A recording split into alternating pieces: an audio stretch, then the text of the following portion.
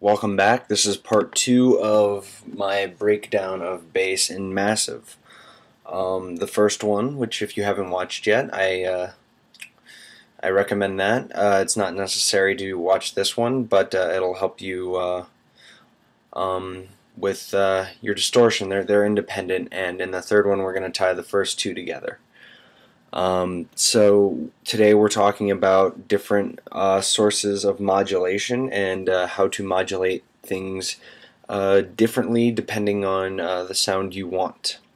I've pre-made 4 patches in Massive, and let's just get right into it. The first patch is the performer is modulating the wavetable position of the oscillators, and it's not doing any work with the filters, or actually this is just modulation from the wavetable positions.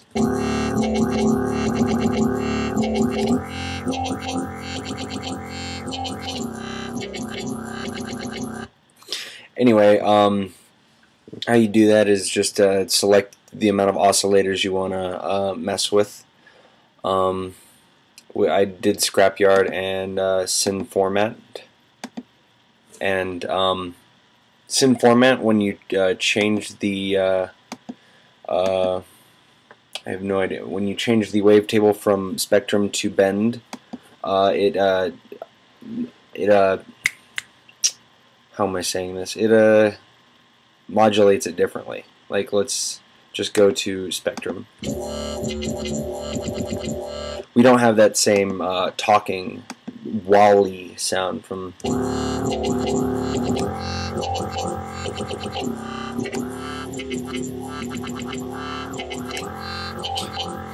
Anyway, you can get some really cool stuff if you play around with the different types of oscillator and or the different types of waveform in this little list right here.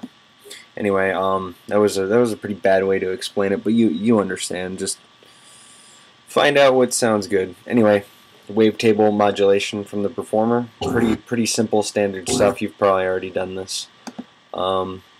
Next, we're going to move on to filter modulation, and with this, we don't do anything with the oscillators. We just modulate the filter. Now, you don't have to route it. A blank patch in Massive will have it set up to where it's the signal is split between filter 1 and filter 2, but it's set up to mix 1 and not halfway between, or it's not splitting the signal to both filters. It's just running it to mix 1, and it's set up in parallel, so it would go through this filter and then this filter.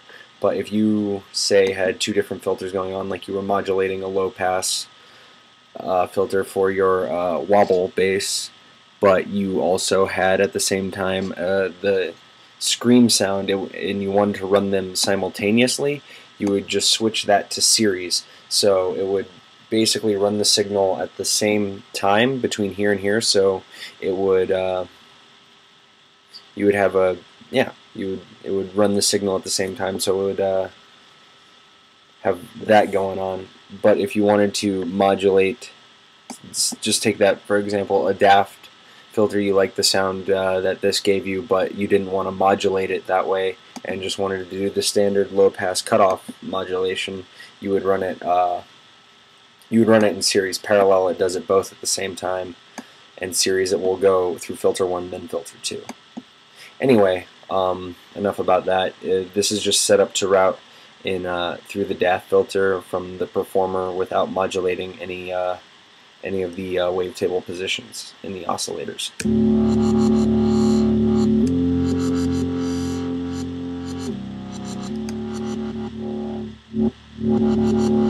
The further back you go in the Daft filter, the more cut off it will be. Same with any filter that has a cutoff. It'll be a lot more staccato and a lot less. It won't blend as well. It's really cool if you want to get like a womp sound, and you don't want to use the performer. If you just wanted to get a womp, that's how you would go about it. You just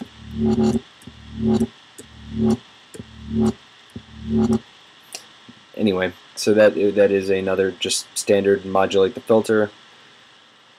Do some other things, make it sound the way you want. Done with that. Next, we're getting on to a couple of my new favorite ways to modulate bass through the envelope instead of an LFO or a performer or the stepper. And we're going to go to where the envelope is modulating the wavetable.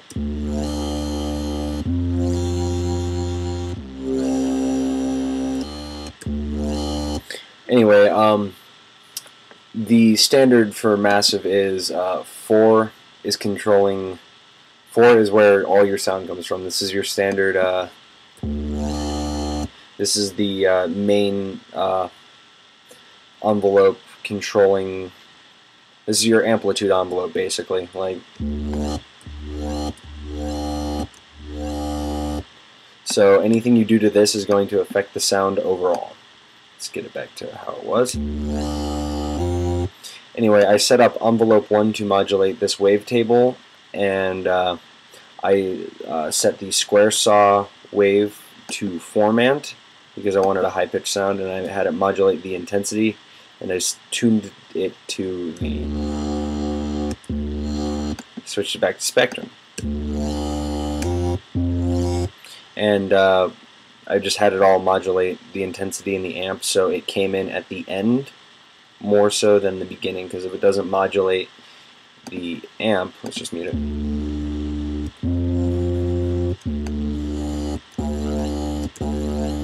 It has that woo-ah sound, and I didn't want that. So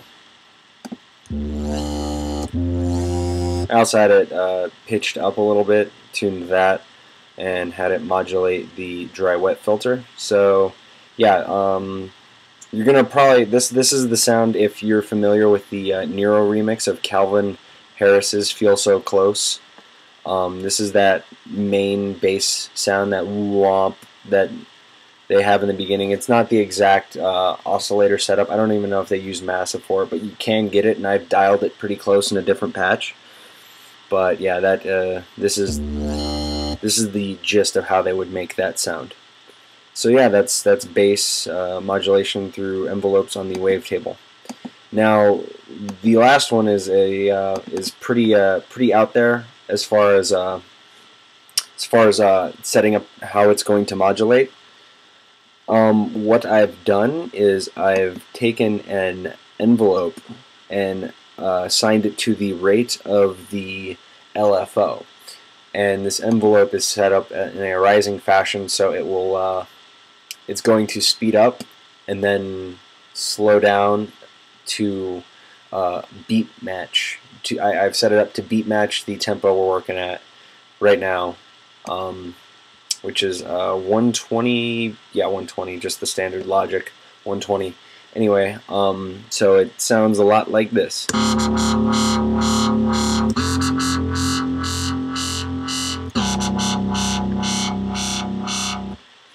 It's a really cool modulation.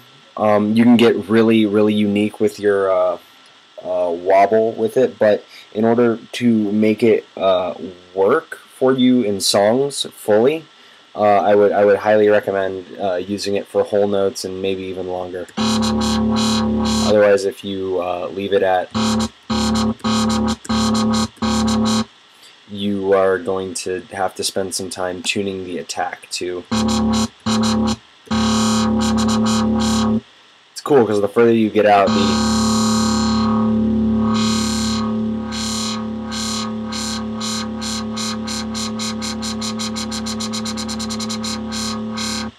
see what I mean? You can do a lot with it. So if you wanted to even that as a riser, I think would be really cool, and I'm going to try that in a song soon. Anyway, in order to tune it to the beats per minute, you're going to want to mess with the level right here. And since I just tweaked that, let's give it a tuning again. Just start up and make sure your metronome is on.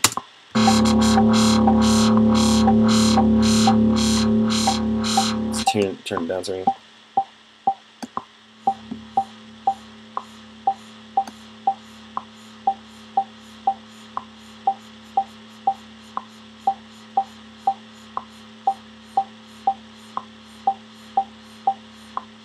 There we go.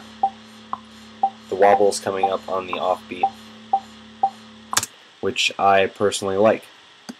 Anyway, that is the way to do that.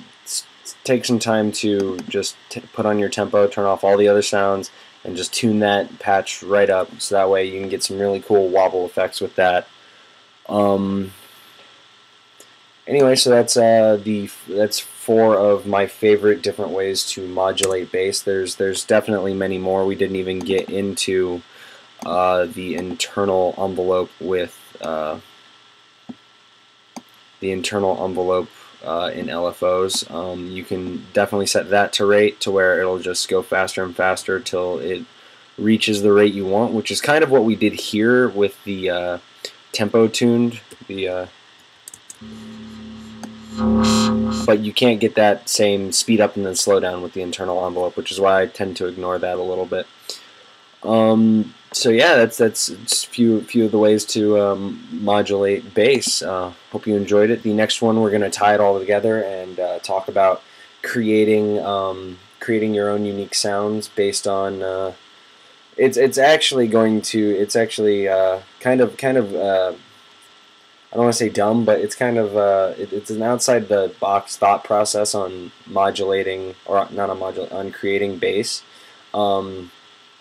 It's definitely a lot of fun, and I can't wait to show it to you. Anyway, show your friends, click the like button, rate, comment, tell us what you think. Until the 3rd and final installment, thank you for watching. Have a good rest of your day.